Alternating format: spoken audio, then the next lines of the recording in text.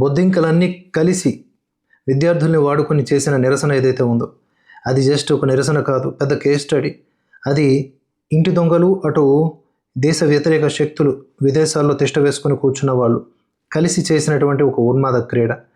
ఇంకా ఏదో సాధించాలనుకున్నారు, కానీ కేంద్రం వ్యూహాత్మకంగా వ్యవహరించి దాన్ని సద్దుమణిగేలా చేసింది. కానీ ఇది రిపీట్ అయ్యే అవకాశాలు కనిపిస్తూ ఉన్నాయి.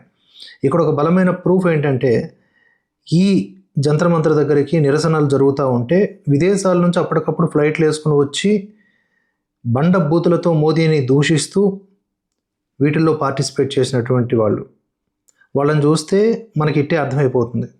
ఒకసారి డిస్క్రిప్షన్ చూద్దాం. చాడ శాస్త్రి గారిది. మోదీని అనరాని మాటలతో తిడుతూ బొద్దింకల ఆందోళనలో ఒక విదేశీయుని నినాదం చేస్తున్నాడు.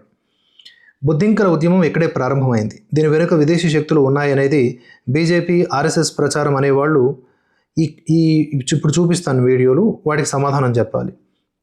ఇక్కడ ఈ దేశంలో జస్ట్ ఒక 30 రోజులు అంటే సోషల్ మీడియాలో భారీ ఎత్తున జరిగిన దానిలో కనీసం 0.01% కూడా గ్రౌండ్ లెవెల్లో లేకుండా ఒక చిన్న స్థాయిలో జరిగిన ఉద్యమంలో పాల్గొనడానికి విదేశీయులు ఎవరి ఆహ్వానం మీదకి వచ్చారు?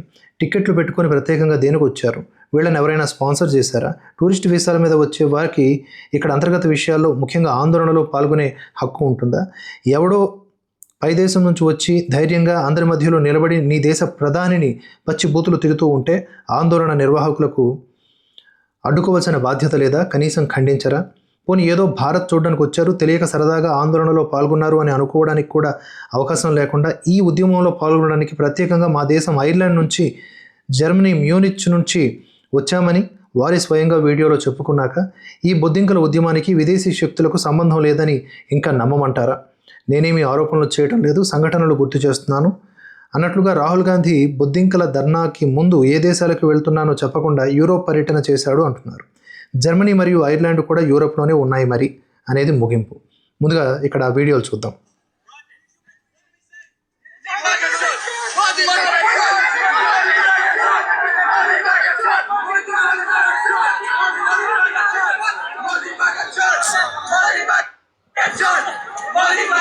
We are here, man. It's crazy. Let's go, Janta Manta. You can, okay.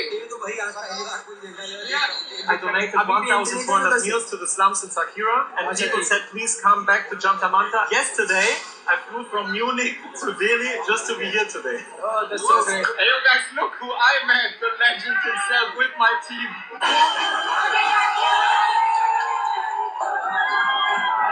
Alright guys, so this was the day from Janta Manta. I met a lot of wonderful brothers that supported me. Much love from India. Let's go. Let's go Janta Manta.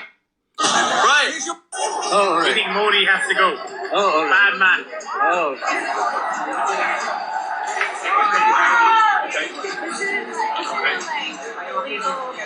Okay. How do you feel about it?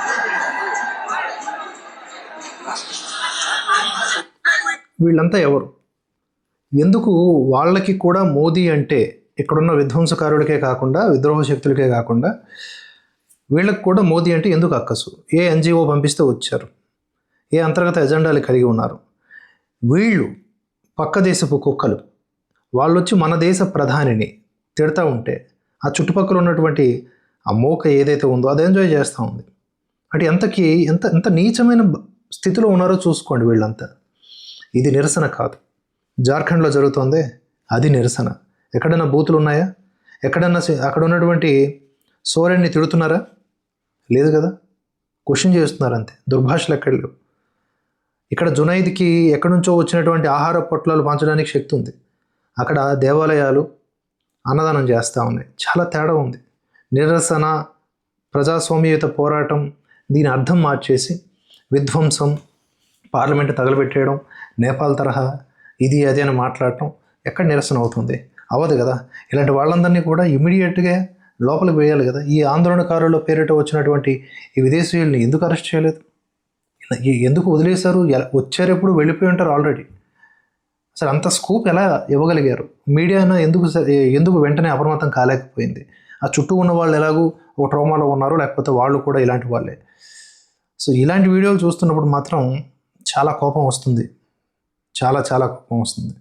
మన దేశం గురించి, మన దేశ ప్రధాని గురించి వీళ్ళెవరు మాట్లాడడానికి, ఈ కుక్కలు ఎవరు మాట్లాడడానికి?